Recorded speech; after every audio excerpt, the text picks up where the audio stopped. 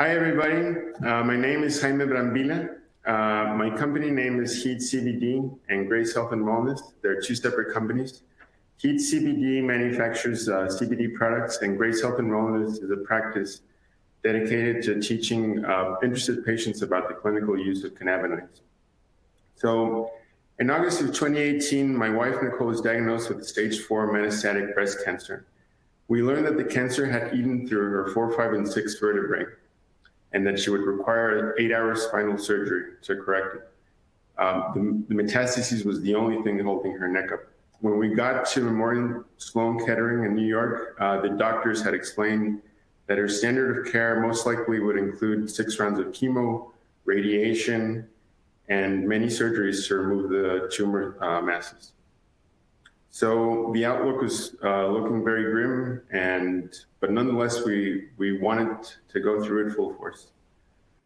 So the ironic thing is that, well, before this, we started in the cannabis field with a delivery service in California where we were working with patients that were afflicted with critical ailments, everything from epilepsy to autism, MS, and cancer.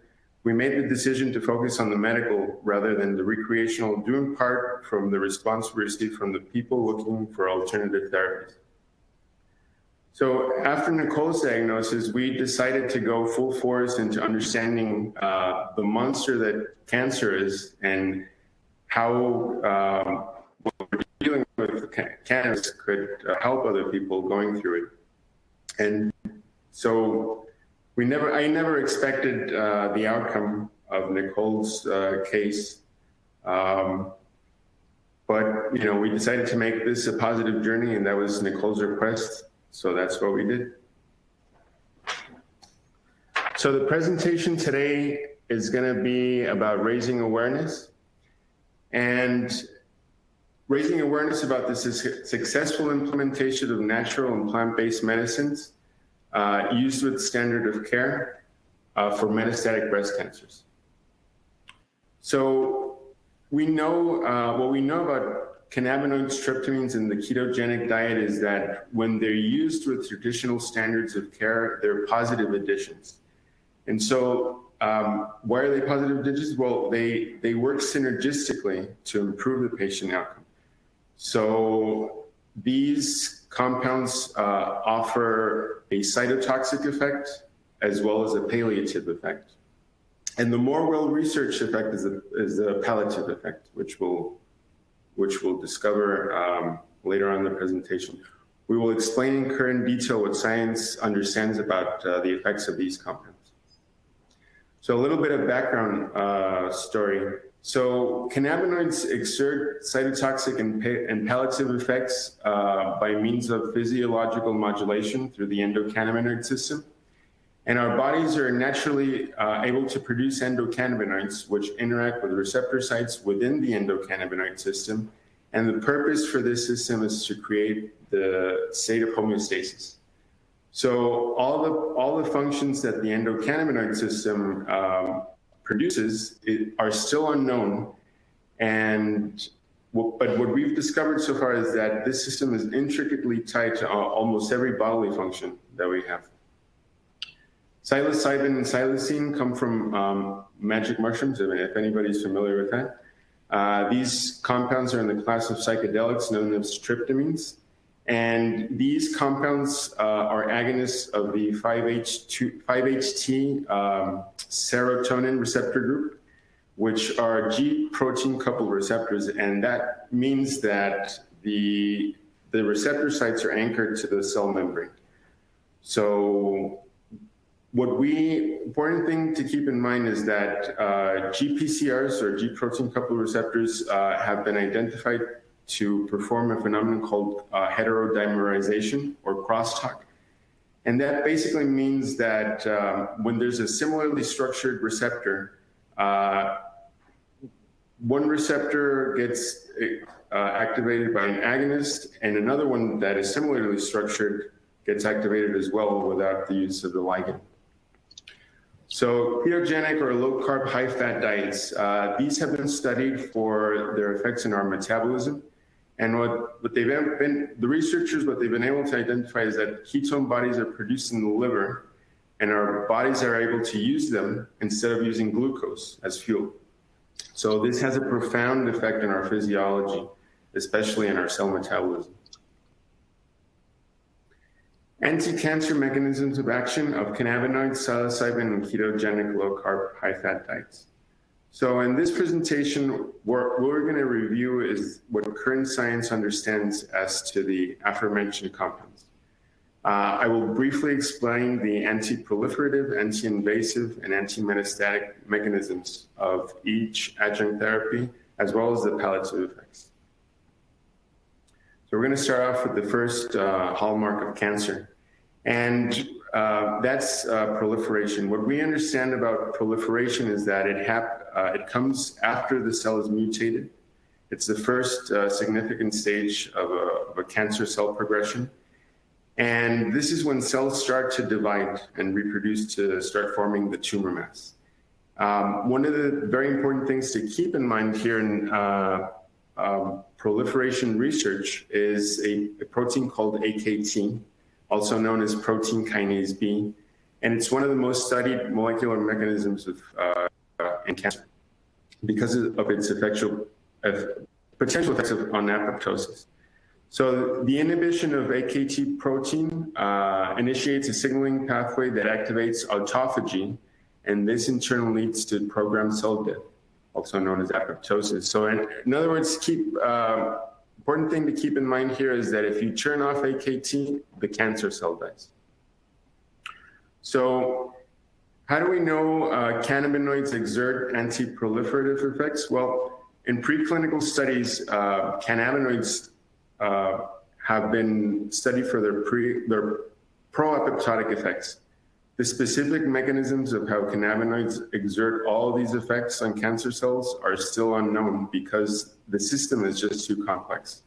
There are many receptor sites and many ligands involved in endocannabinoid system function.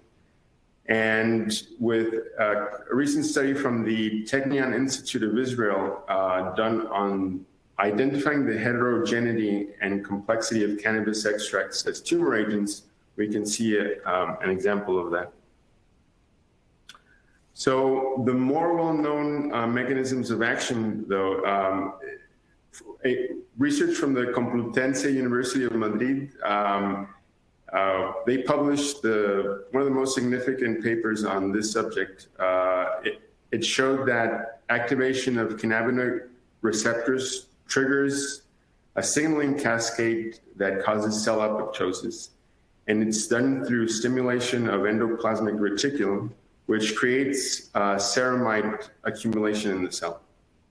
So that's the route on which how cannabinoids turn off AKT. And then in another study that was published in a later date from the same university, we can see that the pro-apoptotic effects are specific to ERBB2 positive breast cancer cells, which we know are the HER2 new positive breast cancers. So here we're going to show a slide just so you guys can see the route, the signaling route. And here we can see that ER stress is activated by the cannabinoid receptors. That ER stress activates a process called de novo ceramide, de novo synthesis ceramide, and that activates something called P8, which eventually activates something called TRP3, which eventually activates AKT and starts the process of autophagy and apoptosis. So what do we know are the anti-proliferative effects of psilocybin? The tryptamines, such as psilocin and psilocybin, have been observed to have strong immunomodulatory, anti-inflammatory, and potentially pro-apoptotic effects that may cause the inhibition of AKT. And if anybody of you are familiar with the signaling cascades called mitogen-activated protein kinase or nuclear factor kappa B, these are signaling cascades that regulate cell proliferation, cell differentiation, and survival in normal cells. So what they've discovered on tryptamines is that in lab models, when serotonin receptors are activated, they also mediate heterodimerization. And that's the coordinated crosstalk that we went over before. So this happens between MAPKs, including P38, MEKK1, ERK, and PA3 kinase AKT signaling pathways, as well as NFKB. And so this leads to an intricate fine-tuning of inflammatory responses by changes of cell signaling. And we speculate that that's how AKT is turned off by tryptamines. And in the next slide, I show an example of how that heterodimerization, that crosstalk, happens when the 5-HT receptors are activated. And this just kind of shows the signaling cascade that happens in between. So the second hallmark of cancer is hypoxia. And one of the important things to identify here is an inducible factor called HIF1. And basically what they've discovered, what research has discovered, is that when areas of severe oxygen deprivation arise, this is called hypoxia. And this happens in invasive tumors. After hypoxia happens, there's a signal that occurs by creating HIF1 that stimulates angiogenesis. And angiogenesis is an important part of cell progression because that's basically when vascular tissue starts growing into the tumor cell mass and lymphatic tissue. And that's how eventually the cancer cells escape to metastasize. So the next slide just shows a depiction of how hypoxia occurs and how the blood vessels start growing into the tumor mass to eventually form the metastases. So there are many studies that show that cannabinoids actually block HIF1. And in preclinical studies, the activation of what they've observed is the activation of cannabinoids in cancer cells, cannabinoid receptors in cancer cells, has shown to downregulate the expression of several pathways, including VEGF itself and hypoxia, inducible factor HIF1. So the anti-angiogenic effects of psilocybin and psilocin. Psilocin is assumed to be a metabolite of psilocybin, and it's assumed because the pharmacology of psilocybin is not yet well understood either. But we know that this belongs to a class of psychedelics called tryptamines, and in preclinical studies, tryptamines have shown to have positive and strong effects on our physiology, including immunomodulation, anti-inflammation, anti-tumor effects, and these also include blocking HIF1 through sigma-1 receptor activation. So tryptamines activate sigma-1, and that's how HIF1 is blocked in the cancer cells. So now we reach the third hallmark of cancer progression, and this is metastases. And this is the final stage of when a cancer, I guess, falls out of control. The important mechanism here to keep in mind is ID1. And what we've understood about breast cancers that express this mechanism, this agent, ID1, is that in breast cancers, mammary epithelial cells expressing ID1 are unable to differentiate. They acquire the ability to proliferate, and they invade the extracellular matrix. So ID1 is an important regulator of breast cancer progression. That's why we're focusing on it today. And so cannabinoids block ID1. And out of all the adjuvant therapies that we're discussing today, the one that counters ID1 that's been discovered so far is cannabidiol, which is a cannabinoid that has a low toxicity profile, and it downregulates ID1 by modulating ERK and reactive oxygen species pathways, which eventually leads to ID1 downregulation.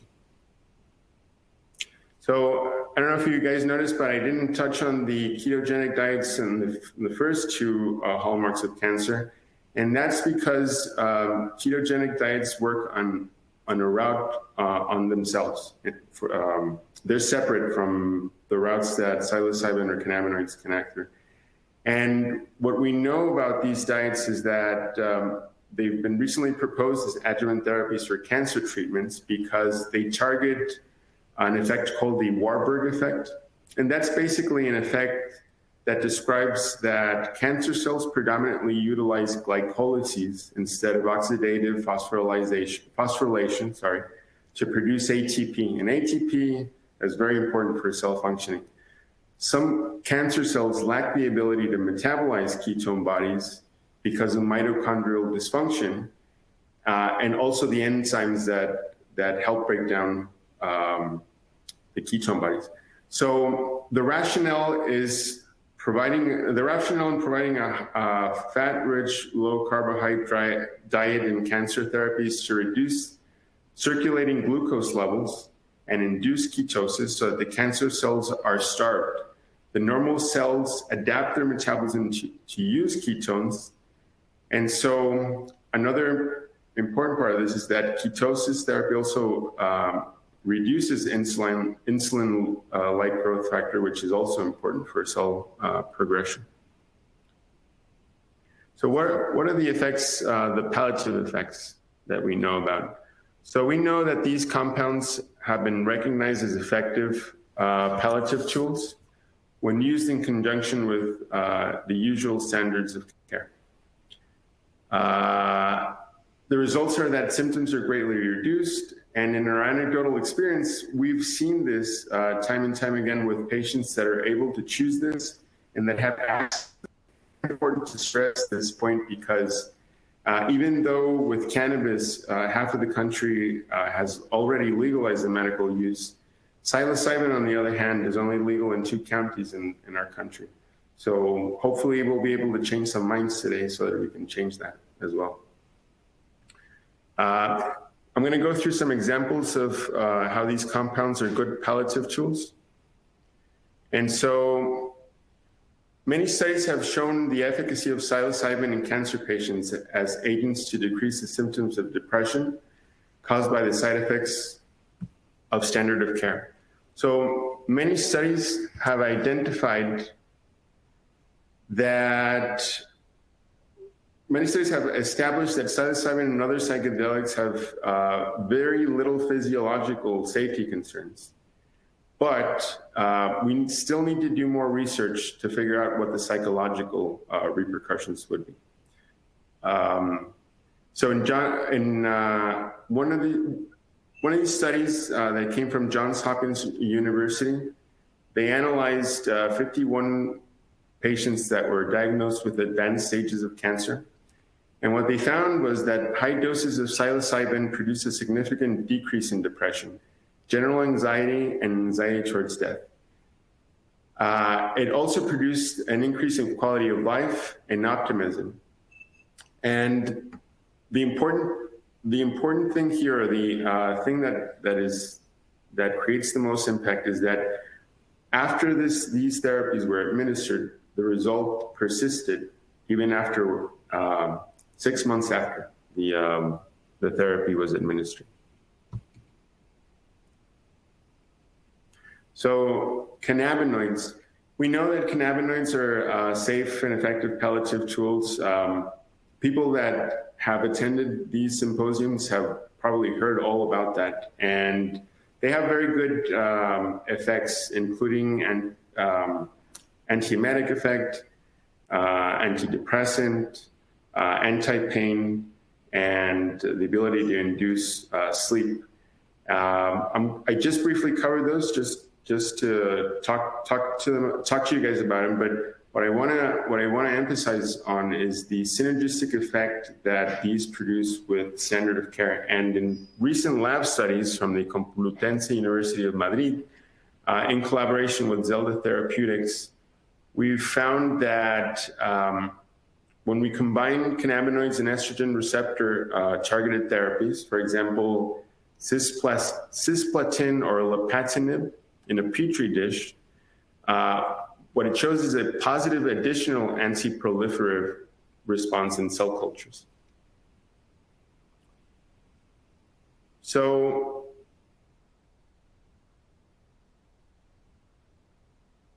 The safety and efficacy of the ketogenic diets, well, these strongly depend on the type of tumor that is being treated and the genotype involved.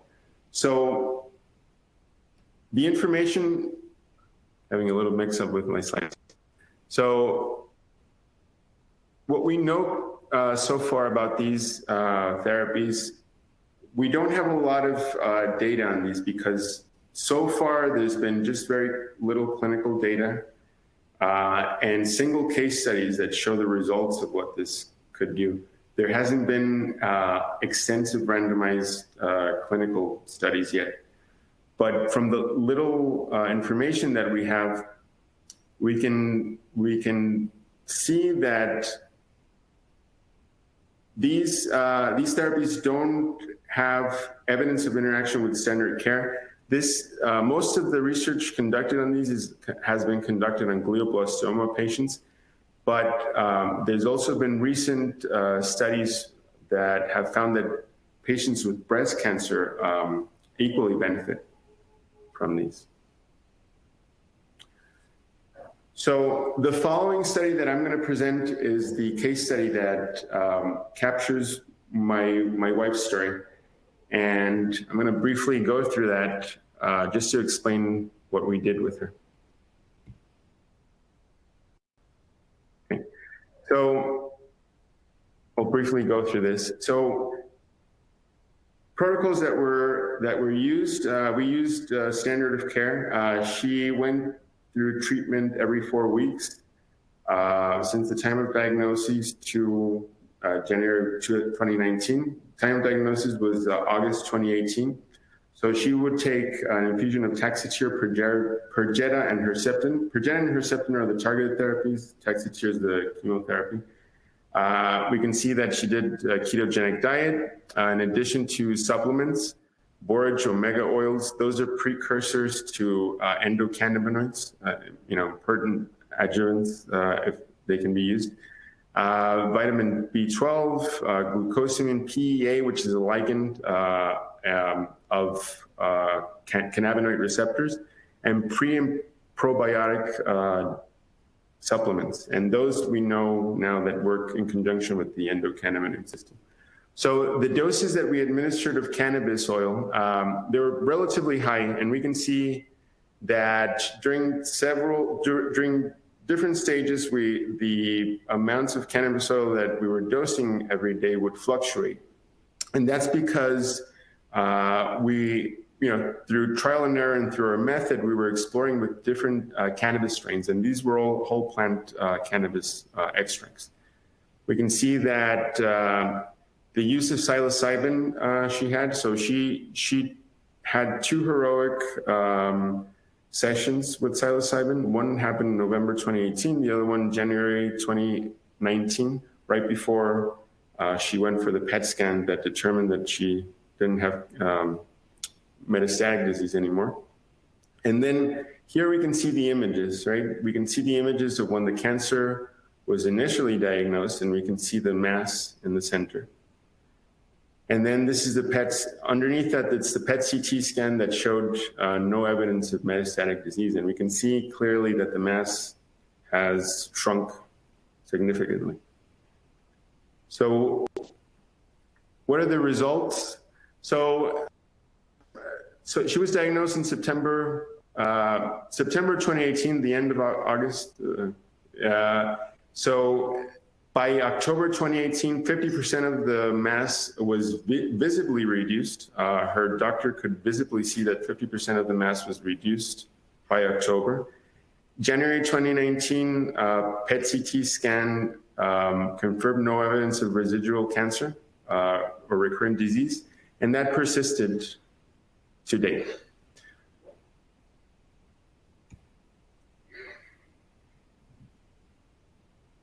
So in breast cancer patients, trastuzumab is one of the best and most recent advances in the treatment of HER2-positive breast cancer.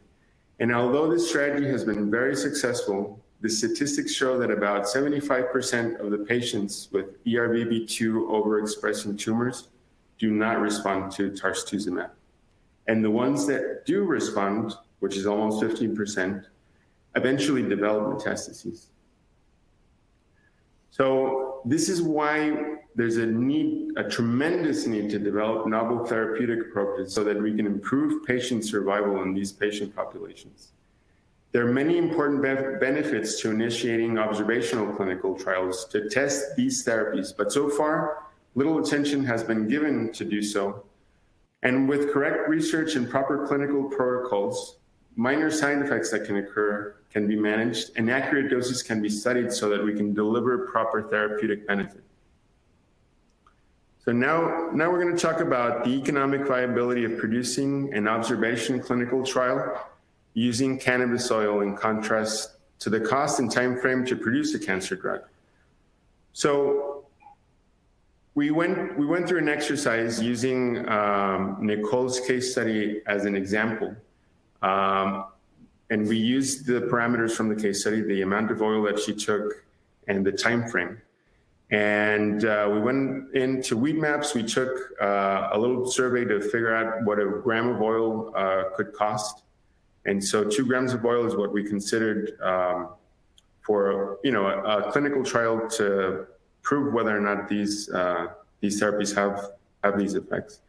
And what we came up with is that, so we did a rough estimate, and the cost on a daily basis for a patient using this therapy can range from $62 per day to $120 per day. And so considering the 5 months, that this cost can range between $9,300 and $18,400 roughly. So now we're going to observe a study that was published in the Journal of American Medical Association, in JAMA, in September of 2017. And it analyzed the investment and return of 10 different cancer drugs that were recently brought to market from separate developers. So what this study concluded was that the average time frame to develop a cancer drug was 7.3 years. So that's a considerable amount of time. The median cost, the median R&D cost, and they broke it down into 3 categories because there are 3 categories in the drug development pipeline, right? So novel or self-originating drugs, those are drugs that discover new novel targets in cancer cells. Those, the median R&D cost for those is $899.2 million. Next in class, which is a step above the science of what we currently understand. So these are drugs that develop the science that we currently know a little bit better. And those, the median R&D cost is $473.3 million.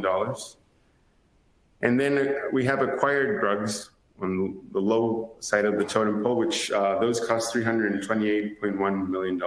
So that's the R&D cost. Now, altogether, and we know that R&D plays a big role in price for drugs, the median cost to bring a cancer drug to market was $648 million. And obviously, this is a median estimate. There was a lot of range in between those numbers. So with all this that we know, if we can convince our lawmakers and medical professionals to give the described therapies the recognition they deserve and facilitate regulatory and financial conditions to research the true medical potential of these compounds, we can assume that these results would impact lowering of cancer drug costs, lowering of research and development costs, increase in quality of life of standard of care, and the increase of quality of life through pre- and post-cancer treatments for patients. And with that, I want to just thank the team at the end of this presentation for all the hard work that we did together, bringing this case study to light. And here in the picture, we have Dr. Sulak, Lindsay, myself, Caroline, and Tom, my wife next to Tom there. So thank you guys.